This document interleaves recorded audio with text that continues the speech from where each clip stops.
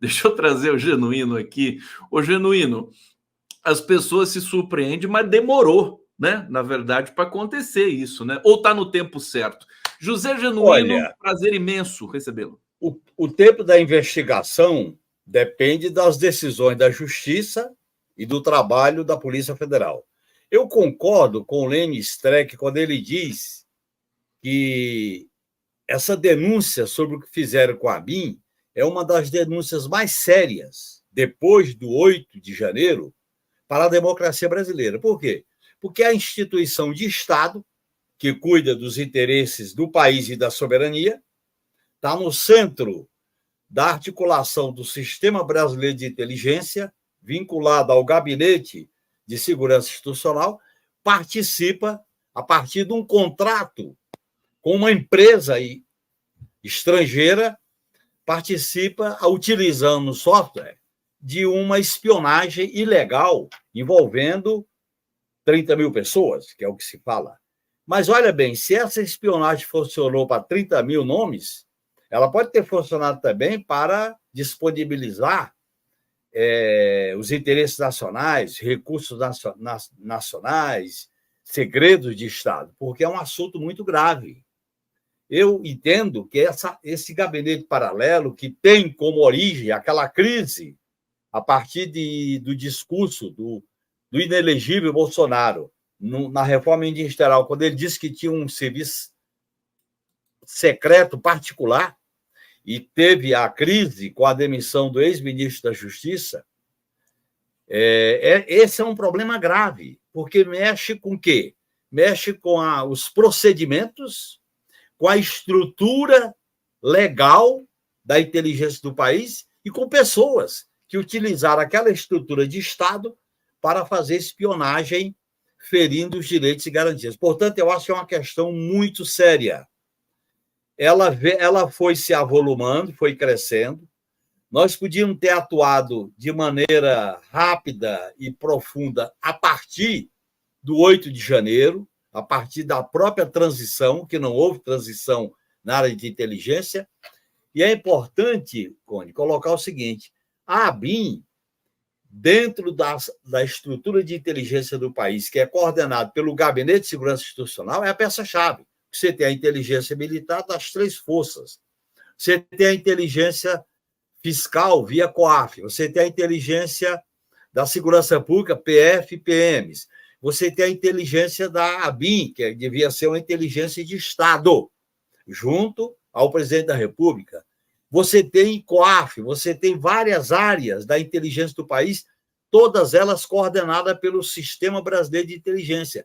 E essa coordenação estava sobre a vigilância, sobre a ABIN paralela que está sendo investigada. Eu acho que é uma questão seríssima, deve ser investigado com maior rigor, com a maior profundidade. É importante que essas investigações ocorram dentro das normas do Estado de Direito democrático, dentro das normas da presunção da inocência, dentro das normas das provas consistentes, porque tudo indica que, durante algumas operações, a ABIN tentou, vamos dizer assim, enfraquecer essas investigações já no nosso governo, no governo do presidente Lula. Portanto, eu acho que essa é uma questão séria, porque envolve o governo anterior, envolve o nosso governo, envolve uma estruturação dos procedimentos para a inteligência de Estado no país. Vamos seguir falando aqui desta notícia muito importante que domina nesse momento todos os veículos de comunicação, independentes ou não, no Brasil. Eu vou trazer, mas vou atualizando com vocês aqui, porque a qualquer momento a gente pode ter alguma novidade. Deixa eu atualizar primeiro a questão da fuga de barco. Segundo informações da Globo News, Bolsonaro e os filhos teriam fugido de barco quando agentes da PF chegaram à casa da família em Angra. Os investigadores teriam apreendido um computador que pertence à Agência Brasileira de Informação, a ABIN, com Carlos Bolsonaro. Além de Angra, a Polícia Federal cumpre mandados de busca e apreensão no Rio de Janeiro, em Brasília, Formosa, Goiânia e Salvador, Bahia. Ô Genuíno, o fato de integrantes da ABIN serem mantidos do governo Bolsonaro para o governo Lula, você deve ter acompanhado isso, porque é um tema que você domina, você foi ministro justamente nessa área, que abarcava também as agências de inteligência do governo. Você acha que foi um erro do governo? Você acha que isso, enfim, o fato de não ter tido transição justifica esse processo confuso e que leva perigo para o governo, porque a Claro. BIM, a gente sabe, estava envolvida ali nas questões do 8 de janeiro também. Leva perigo para o governo. Eu acho que foi uma falha não ter feito uma transição na área da inteligência e na área militar, porque essa questão da área militar com a área de inteligência, elas estão interligadas. Eu era deputado em 99, quando foi criada a ABIN através de um projeto de lei. E quando se criou a ABIN através de um projeto de lei, ela ficou vinculada ao Gabinete de Segurança Institucional. Por que esse gabinete? Porque ele é a presença de um oficial do Exército, 4 estrelas, ativo ou reserva, no Palácio do Planalto, quando se criou o Ministério da Defesa. Quando se criou o Ministério da Defesa, Exército, Marinha Aeronáutica passou a ter comandantes. Então, veja bem, essa localização da ABIN está dentro do Sistema Brasileiro de Inteligência. E tem uma comissão do Congresso Nacional que faz o controle externo, da qual participava o Ramagem. E, através dessa comissão, pelas informações que estão sendo divulgadas, ele recebia informações dos trabalhos da ABIN. E esse assunto é muito sério e amplo para a gente discutir nesse momento, porque envolve a legalização do processo. Eu acho que tem que mudar as leis que criaram a ABIN, particularmente essa ideia de um sistema único. Eu acho que você tem 3 ramos da inteligência: a inteligência militar, para as Forças Armadas, a inteligência judicial, que é a Polícia Federal, e a inteligência de Estado. A ABIN, Conde, é um órgão de inteligência de Estado. Devia estar vinculada a uma secretaria estratégica, e essa secretaria estratégica ficar localizada no gabinete do presidente da República. Esse é o modelo que existe na experiência mundial de regimes democráticos. Quando você mistura tudo isso, dá confusão. Eu vou te dar um exemplo. Na confusão que deu quando teve a Operação Satyagraha com o Protógeno, que o Paulo Lacerda era presidente da ABIN, era diretor-geral da ABIN, porque requisitaram funcionários da ABIN naquela Operação Satyagraha aqui em São Paulo. Houve um problema, inclusive, com o Supremo Tribunal Federal, houve a queda do Paulo Lacerda, etc. Outra coisa, um delegado da Polícia Federal não é a pessoa mais indicada para dirigir a ABIN, porque a Polícia Federal tem a sua competência, a sua cultura. Bota na ABIN, é errado. Assim como é errado colocar um funcionário da inteligência estratégica na Polícia Federal. A Polícia Federal é para investigação. Aliás, eles reclamaram muito disso, né? Assim como é errado colocar um militar na ABIN. Militar diz respeito à atuação das Forças Armadas. Essas funções têm que ser funções coordenadas pela autoridade central, mas funcionando de maneira estanque. E a autoridade central é quem organiza essa inter-relação, essa interconexão. Então, esse modelo tem que ser revisto. Outra coisa, os procedimentos. Os procedimentos são muito importantes. Você não pode requisitar um serviço da ABIN para uma atividade policial, porque a ABIN não é agência policial. A agência policial é a Polícia Federal. A ABIN é a agência de Estado. Ela tem que trabalhar com cenários, com informações estratégicas, com acompanhamento da situação nacional e da situação internacional. São funcionários da área de inteligência estratégica do país para o governo tomar as melhores decisões. Porque no presidencialismo, Conde, o presidente da República é chefe de Estado e chefe de governo. Então, a ABIN ela tem que ser uma agência de Estado. E eles transformaram a ABIN num centro de arapongagem. E aí tem um problema grave. Se ela forneceu informações para acompanhar celulares, isso está na nuvem. E se essas informações envolverem também áreas estratégicas do país, recursos, etc., está na nuvem. E uma empresa que você contrata, uma empresa estrangeira, passa a ter acesso a essas informações que ficam na nuvem, fora do país. Vamos avançar um pouco nessa questão da vocação da ABIN, quer dizer, da estrutura que tem que ser feita. Muita gente discutindo agora se essa ABIN tem que ser extinta e ser criada outra, ou tem que ser totalmente reformulada. O Genuíno vai falar para a gente aqui, enquanto a gente também continua dando informações, as últimas informações sobre a família Bolsonaro. O Marcelo Sec está dizendo aqui, então os bolsonaros estão foragidos? Não, porque não teve pedido de prisão, teve pedido de busca e apreensão. Agora, segundo a Globo News, né, ao saber que a Polícia Federal estava na porta, eles saíram de barco, né, para não ter que o desgaste, né, de ter de receber a Polícia Federal. A Janina Fuentes está dizendo aqui, eles retornaram um pouco tempo depois, o pessoal já está sabendo o que aconteceu. A Faith está dizendo aqui, ou o Faith, né? Fugiram, alguém duvidava que esses bandidos não fugiriam? Só acho que demorou essa fuga. Marco Aurélio Saraiva, bandidos mesmo fugir de barco. Samia Fazanaro, será que podem ter usado o mar como forma de sumir com provas? Esquisito. Eu vou perguntar isso para o Genuíno agora. E tem aqui o Fernando Bai, não vai dar em nada. Repetição da CC5, com certeza dossiês honestos sobre jornalistas nesses 30 mil. Ô Genuíno, se eles saem de barco, é como se eles... a única diferença é porque é água, é mar. Mas é como se eles saíssem de carro, né? Se a Polícia Federal bate na porta. E eles podem ter sumido com provas nessa fuga, né? É curioso isso. A Polícia Federal pode pedir, inclusive, mais alguma coisa, né, para aprofundar isso aí. É curioso pela função do ex-presidente, que é ex-presidente da República, um vereador, um deputado federal e um senador. Segundo, a investigação tem que esclarecer isso.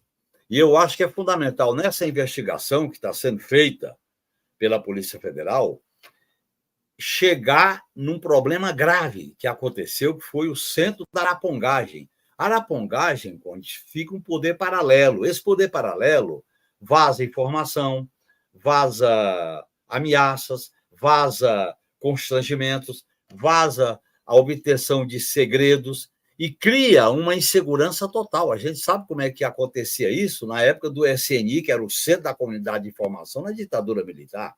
Esta cultura da espionagem, da arapongagem, ela tem que ser derrotada, ela tem que ser profundamente revista. A ABIN é uma agência de Estado. Ela tem que ser reformulada para cumprir as funções, porque hoje você não pode governar um país, num mundo como o que nós vivemos, sem informações para as boas decisões, para uma inteligência de qualidade, para a elaboração de possibilidade de cenário. Você tem que acompanhar tudo isso para não ser surpreendido. Então, a inteligência da agência é fundamental com essa função de inteligência de Estado. Agora, o que a ABIN estava fazendo, que era uma ABIN paralela, não tinha nada a ver com função de Estado. Estava a ver com o que há de pior na polícia. Nem a polícia podia fazer o que fez. Olha bem, aí tem dois problemas. Primeiro, que a polícia não podia fazer arapongagem, mesmo que fosse um organismo policial. Fazer arapongagem por uma atividade policial sem autorização judicial é ilegal. Agora, além disso, há um desvio de função, porque a ABIN é uma agência de Estado, inclusive está na lei que criou a Agência Brasileira de Inteligência. E ela tem, Conde, uma comissão do Congresso Nacional que acompanha o controle público das atividades de inteligência. Tudo isso foi, vamos dizer assim, desprezado, contrariado, destruído. Não pode acontecer isso. Eu acho que essa investigação é tão importante que ela vai fornecer elementos, além da punição dos culpados, para se reformular este organismo. E eu acho que é toda a inteligência do Estado. Por exemplo, você tem que ter 3... Eu sou contra a existência do Gabinete de Segurança Institucional. Eu acho que você podia ter uma casa militar e você ter uma inteligência para as Forças Armadas, uma inteligência da Polícia Federal, que é de natureza judicial, que a Polícia Federal é uma polícia judiciária, e você tem a inteligência de Estado, que é aquela vinculada ao gabinete do presidente da República. É assim que funciona, por exemplo, nos Estados Unidos. Você tem o FBI, tem a CIA e tem a agência de inteligência. Quando você bota tudo isso num sistema único, você cria um poder paralelo, porque quem trabalha com a inteligência e com a informação é poder. E esse poder concentrado dá uma força muito grande e qualquer desvio, o prejuízo é enorme pela força, pela natureza da atividade de inteligência. Portanto, eu acho que o governo errou em não fazer uma transição na área de inteligência. O governo se equivocou em botar um delegado da Polícia Federal na ABIN. Você tem que botar na ABIN um profissional da inteligência de Estado. E ela ficar vinculada não à Casa Civil, nem ao Gabinete de Segurança Institucional. Ficar vinculada a uma Secretaria de Assuntos Estratégicos, uma espécie de secretaria especial, porque é para tratar de assuntos estratégicos. O Brasil, Conde, ainda não tem uma cultura de tratar a inteligência como questão de Estado. Inteligência como questão de Estado não tem nada a ver com polícia, com arapongagem, com bisbilhotice.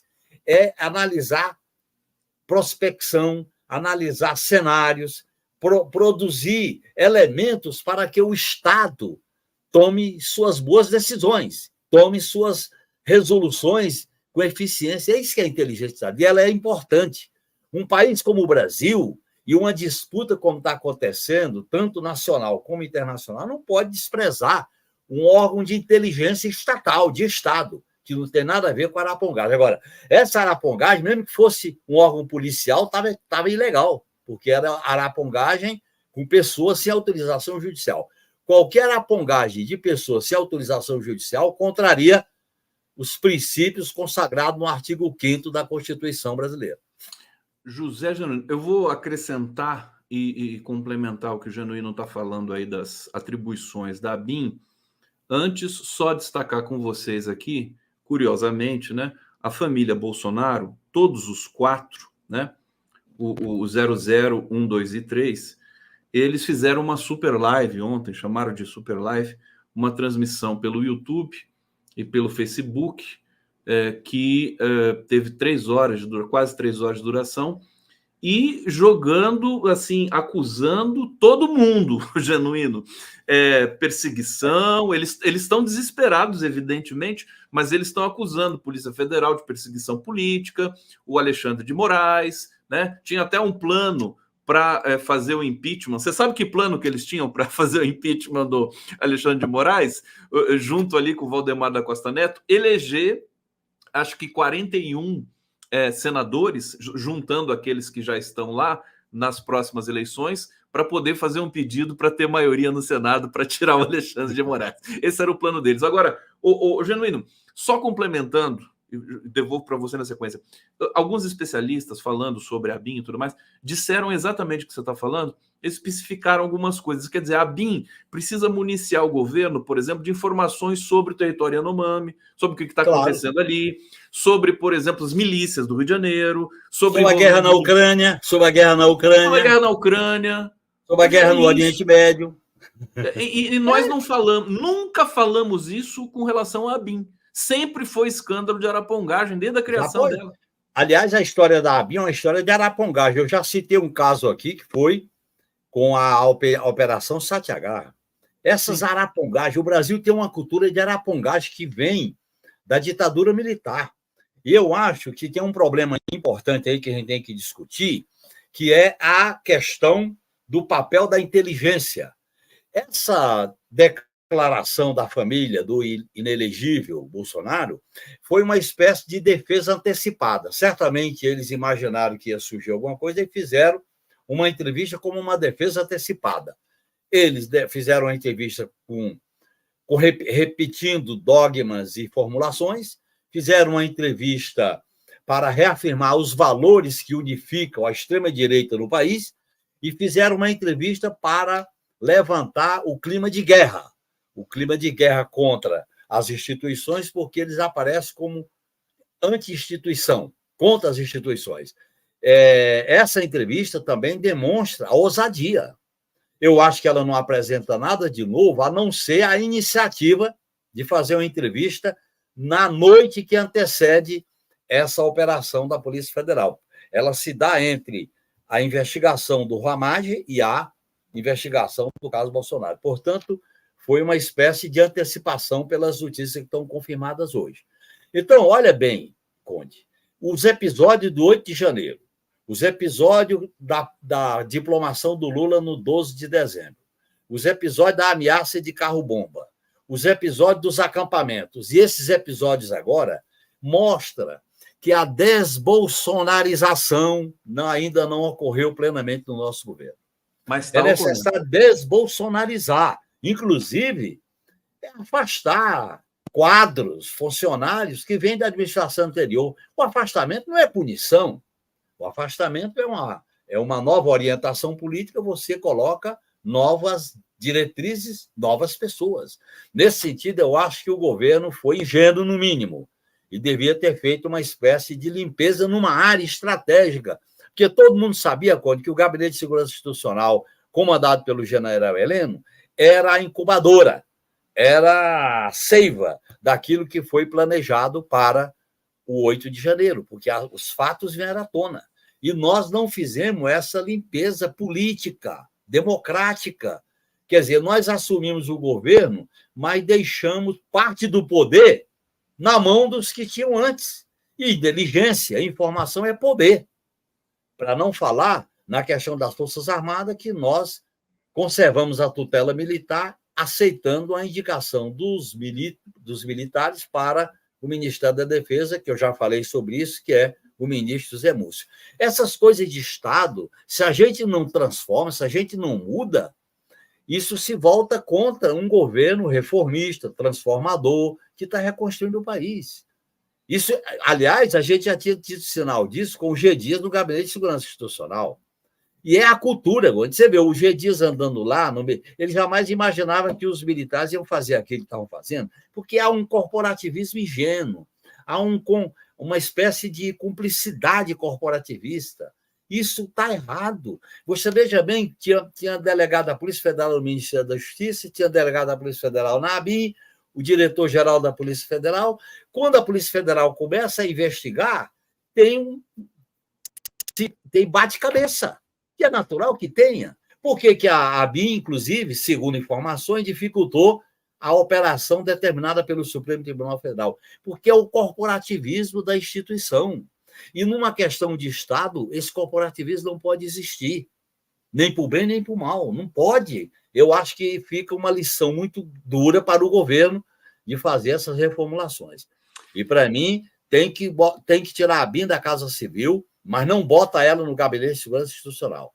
Cria uma secretaria especial com um secretário civil, que podia ser a SAI, Secretaria de Assuntos Estratégicos, que foi a origem, o Conde. Na origem da ABIN era a SAI, Secretaria de Assuntos Estratégicos. Ela foi extinta, ela foi extinta depois do governo Fernando Henrique Cardoso. Ela funcionou no nosso governo com o Guxiquem, depois com outras indicações, mas ela não ficou vinculada a uma secretaria estratégica. O Mangabeira Unger, que foi da SAI também, aquele chefe, o número 2 do Itamaraty na gestão do Celso Amorim.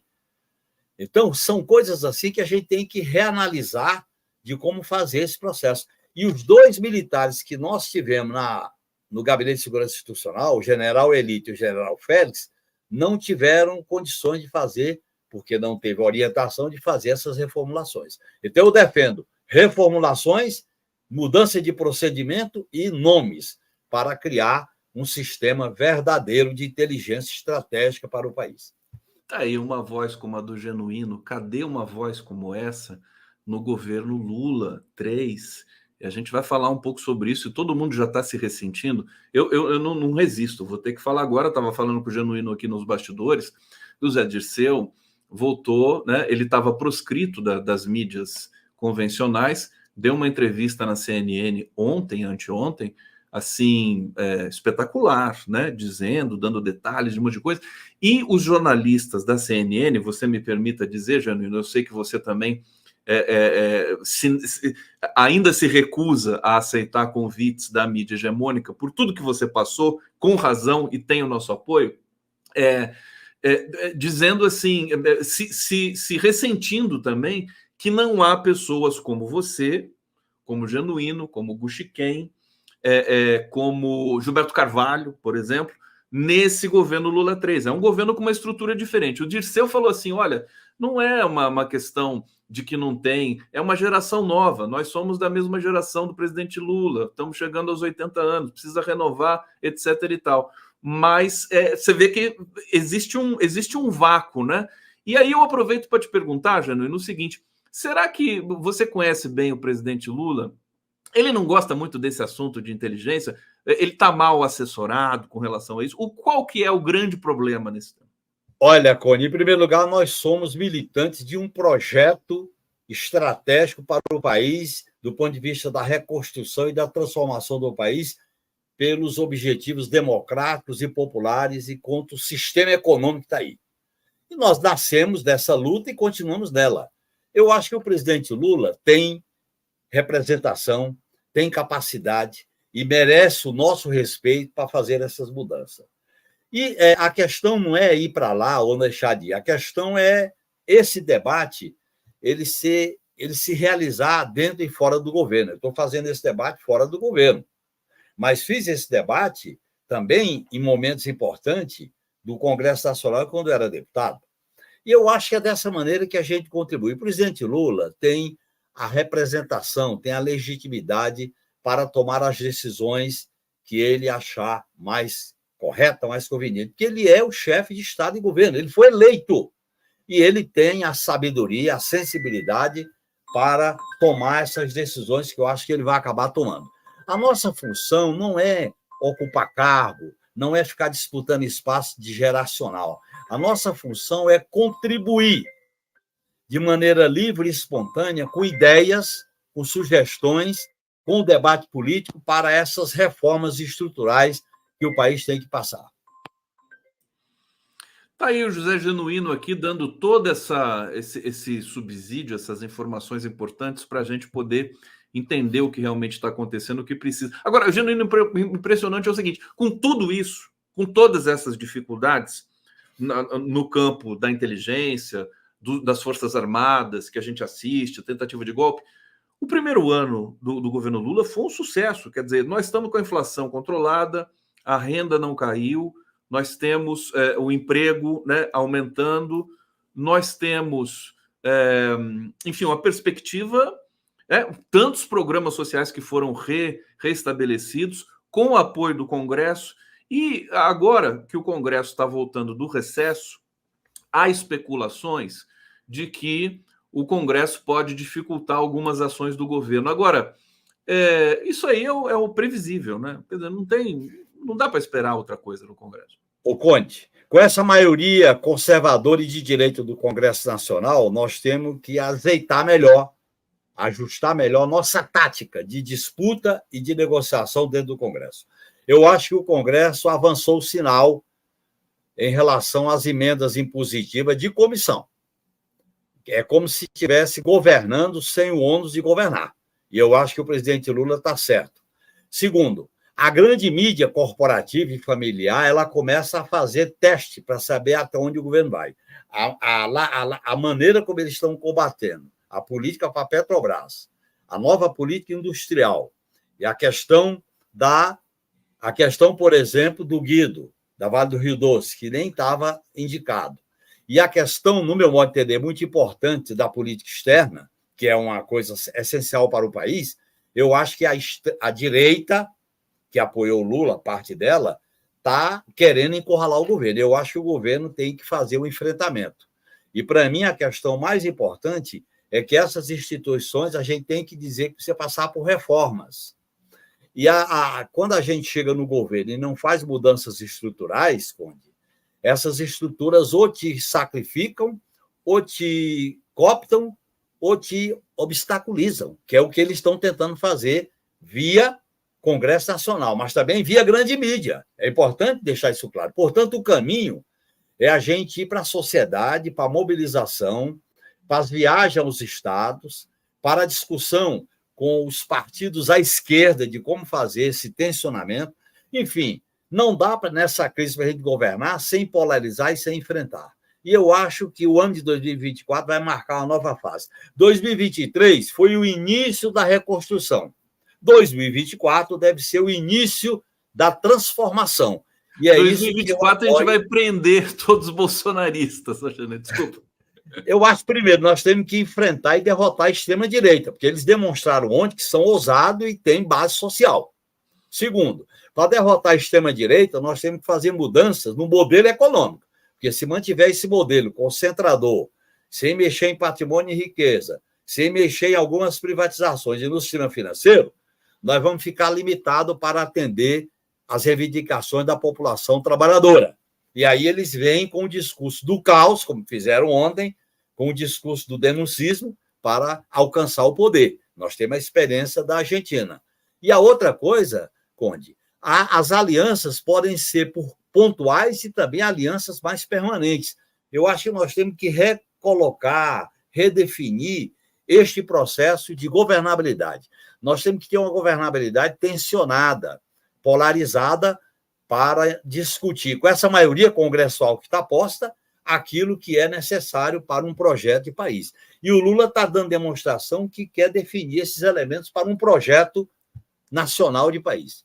O Lula ficou bem bravo a semana passada aí por várias questões. Você deve ter acompanhado, né, o lançamento do plano para a industrialização, a questão da negociação com o preço do megawatt-hora ali da energia excedente de Itaipu do Paraguai, e também com outras coisas que aconteceram no governo. Agora, tem que ser assim mesmo, tem que ficar bravo, você tem que cobrar dos ministros. Ô, Genuíno, só justificar aqui, o Dionatas Souza está dizendo aqui, foi um sucesso? Ele pergunta, eu disse aqui que o primeiro ano do governo Lula foi um sucesso, outras pessoas também questionaram aqui, falaram, eu vou dizer o seguinte, quer dizer, primeiro ano do governo, depois da catástrofe que nós passamos por Bolsonaro, se aprova a reforma tributária, se aprova taxação dos super ricos, com um congresso desse, você restabelece mais de 40 programas sociais.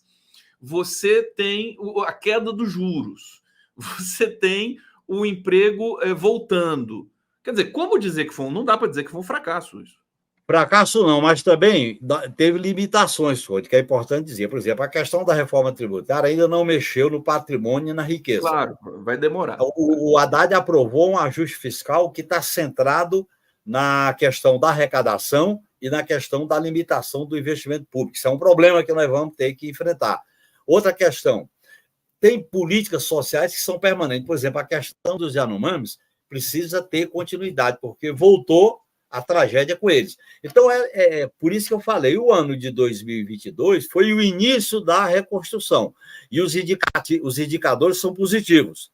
Portanto, nem tanto ao céu, nem tanto à terra. Agora, 2024 é o ano da transformação. Por exemplo, essa questão da nova política industrial, a questão da reforma tributária na questão das grandes fortunas, do patrimônio e riqueza, a questão, por exemplo, da tabela do imposto de renda, os investimentos em saúde, educação e assistência, a questão da própria reclamação da reforma agrária, que é uma das bandeiras importantes do movimento do Sem Terra, um movimento que a gente respeita tanto.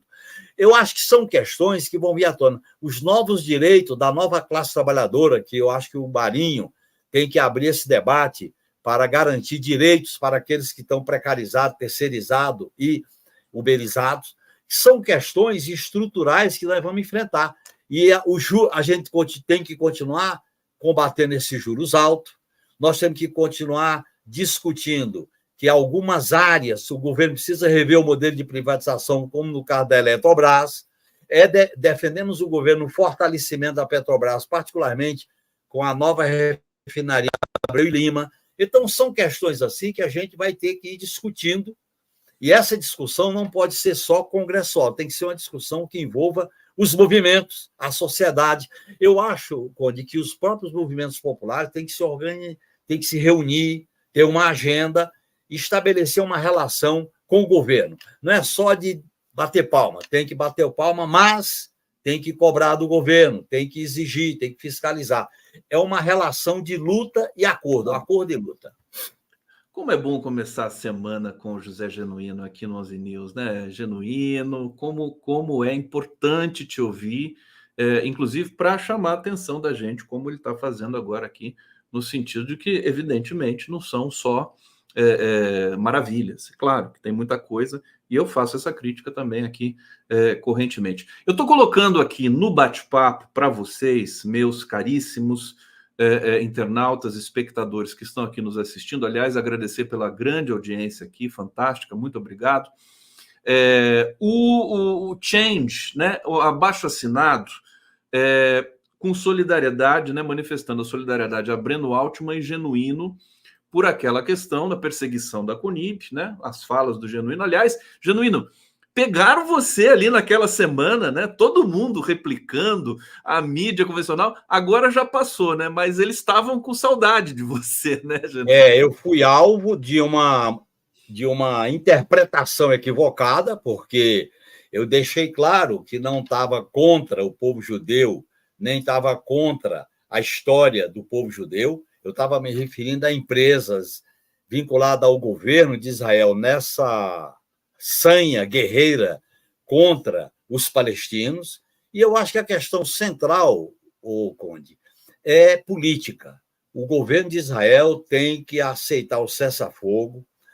Nós temos que defender a libertação de todos os reféns e dos prisioneiros palestinos que estão presos e, evidentemente, iniciar um processo de paz. Nós não podemos assistir essa tragédia, essa barbaridade humanitária sem deixar de protestar. E quando eu fiz o protesto, eu estava me referindo a uma experiência mundial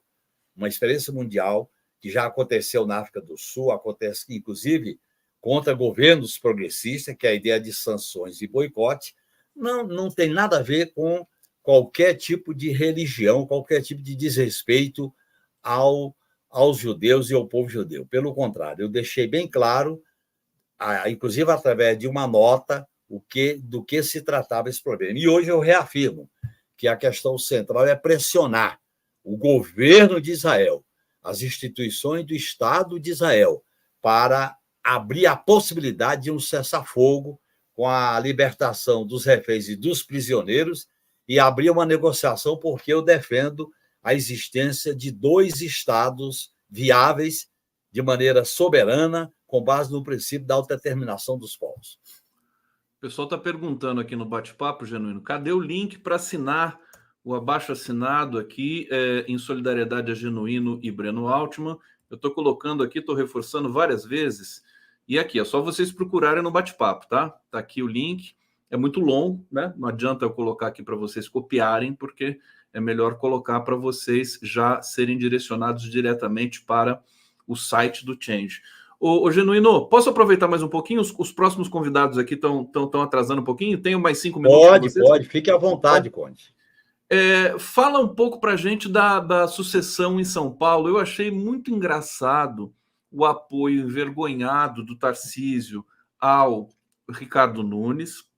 Eu tô me divertindo muito com o fato do Ricardo Nunes querer e não querer o apoio do Bolsonaro, porque ele quer até um certo ponto, depois não quer mais, porque Bolsonaro é tóxico, né, ô Genuíno? E aí a candidatura do Boulos e da Marta, a Marta foi jantar, foi almoçar na casa do Boulos, se não me engano, o Boulos fez lá um carneiro, alguma coisa para Marta comer lá, e o fato da Tabata Amaral também ser candidata, e a possibilidade do Lula saiu, foi divulgado aí, não sei se é realmente isso, né? Do Lula tentar convencer a Tabata a não ser candidata, eventualmente até com o ministério para ela. Conta para gente. E o seu argumento com o Boulos. A eleição em São Paulo não é qualquer eleição. É uma eleição, como o próprio Lula já disse, nacional, polarizada, e, no meu modo de entender, é possível que essas candidaturas postas elas vão pautar o debate político. Eu acho que a candidatura da chapa Boulos e Marta é uma candidatura forte, que tem memória, tem história, tem legitimidade, e, ao mesmo tempo, a capacidade, a inovação de um quadro como o Guilherme Boulos. Eu sou otimista. Agora, eu tenho minhas dificuldades, e faço isso de maneira muito franca. Eu acho que a maneira como a Marta saiu do PT e as atitudes que ela tomou ao sair do PT em relação ao impeachment e às reformas neoliberais, eu acho que exigiria uma discussão mais ampla com a militância do PT, com os filiados, tanto para o PT isso era importante, como para a própria Marta isso é muito importante. Então, eu não estou questionando a chapa, eu estou levantando uma preocupação. Essa minha preocupação é muito semelhante à preocupação levantada pelo membro da direção nacional, Walter Pomar, em relação a não ter tido um debate, a questão da refiliação da Marta ao PT, pelo que ocorreu quando ela saiu do PT e era senadora da República pelo PT. É uma questão que um partido socialista, um partido de esquerda, um partido que não vive só de eleição, tem que discutir essas questões numa perspectiva mais de longo prazo. O caráter do partido, o caráter da relação do partido com os filiados, o pacto dos filiados com o partido, a gente tem que ser muito mais exigente nesse debate. Eu acho que faltou um debate que seria muito interessante na base do partido, com os filiados, porque o PT, a força do PT são os filiados e a militância. E quando a gente vem com o prato feito, sem um debate, sem uma discussão, isso acaba se refletindo na maneira como a militância se engaja numa campanha eleitoral. E eu digo isso porque eu fiz várias campanhas para a Marta, temos uma relação pessoal de muito respeito, é uma pessoa, inclusive, que foi muito solidária comigo quando eu estava acusado e preso no Mensalão, quero deixar isso bem claro.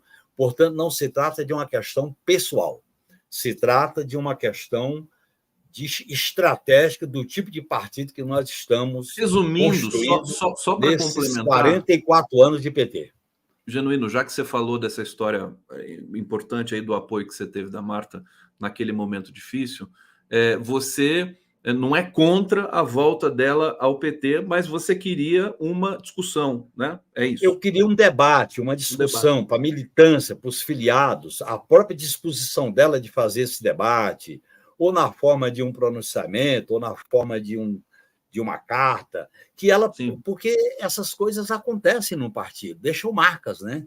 E essas marcas precisam ser discutidas, porque o passado, Conde, na política, ele não passa se a gente não debate, se a gente não discute. Como foi algo muito profundo, numa época decisiva da vida do PT, que foi o golpe contra a Dilma, depois veio a prisão do Lula, e todos os acontecimentos que marcaram a história dramática, que queriam liquidar o PT, e aí, na medida em que ela fez uma escolha a favor dos adversários que queriam liquidar o PT, isso tem que ser bem discutido. Agora, eu não estou aqui fazendo um julgamento definitivo sobre a Marta Suplicy. Eu estou apenas revelando as minhas preocupações para preservar o caráter do partido como partido socialista, um partido estratégico, e a relação com a base do PT, com os filiados, com a militância. O PT sempre guardou um desejo muito grande da militância ser ouvida. E eu aprendi isso, porque o que me segurou nos momentos difíceis que eu passei foi a militância do PT, os filiados do PT. É um tesouro, é um patrimônio, e o próprio Lula sabe disso quando ele enfrentou 580 dias de prisão e aquela vigília, que é histórica no tamanho das vigílias e na duração das vigílias no mundo inteiro. E aquilo ali não se faz sem militância. Então, são essas coisas que me preocupam e eu acho que a gente tem que ter maior atenção para discutir com os filiados e militantes do PT. José Genuíno aqui no 11 News, pessoal aqui agradecendo muito a presença do Genuíno aqui, sempre lúcido, sempre contundente com as suas análises, observações e opiniões. Genuíno, brigadíssimo. Semana que vem estamos juntos de novo. Estou à disposição para tudo que você precisar aí. Até a próxima segunda-feira, querido. Até a próxima segunda-feira, Conde. Eu agradeço a você, a comunidade do nosso programa, desse bate-papo de política, e dizer que estamos na luta. Eu reafirmo, a luta que me move hoje de apoiar, a ser solidário com o povo palestino, é uma questão política, não tem nada a ver com antissemitismo. Questão política, e a responsabilidade é pressionar o governo de Israel. Portanto, a gente tem que tirar o sentido religioso, o sentido de qualquer forma de preconceito, até porque a gente tem que respeitar a história do povo judeu, as características da história desse povo, até porque ontem a gente sabe que foi uma data muito forte, lembrada da história do povo judeu. Então, é nesse sentido que a gente faz esse apelo, um apelo humanista, um apelo pela paz, um apelo pelo cessar-fogo, um apelo pela solidariedade ao povo palestino que está passando por um risco de extermínio.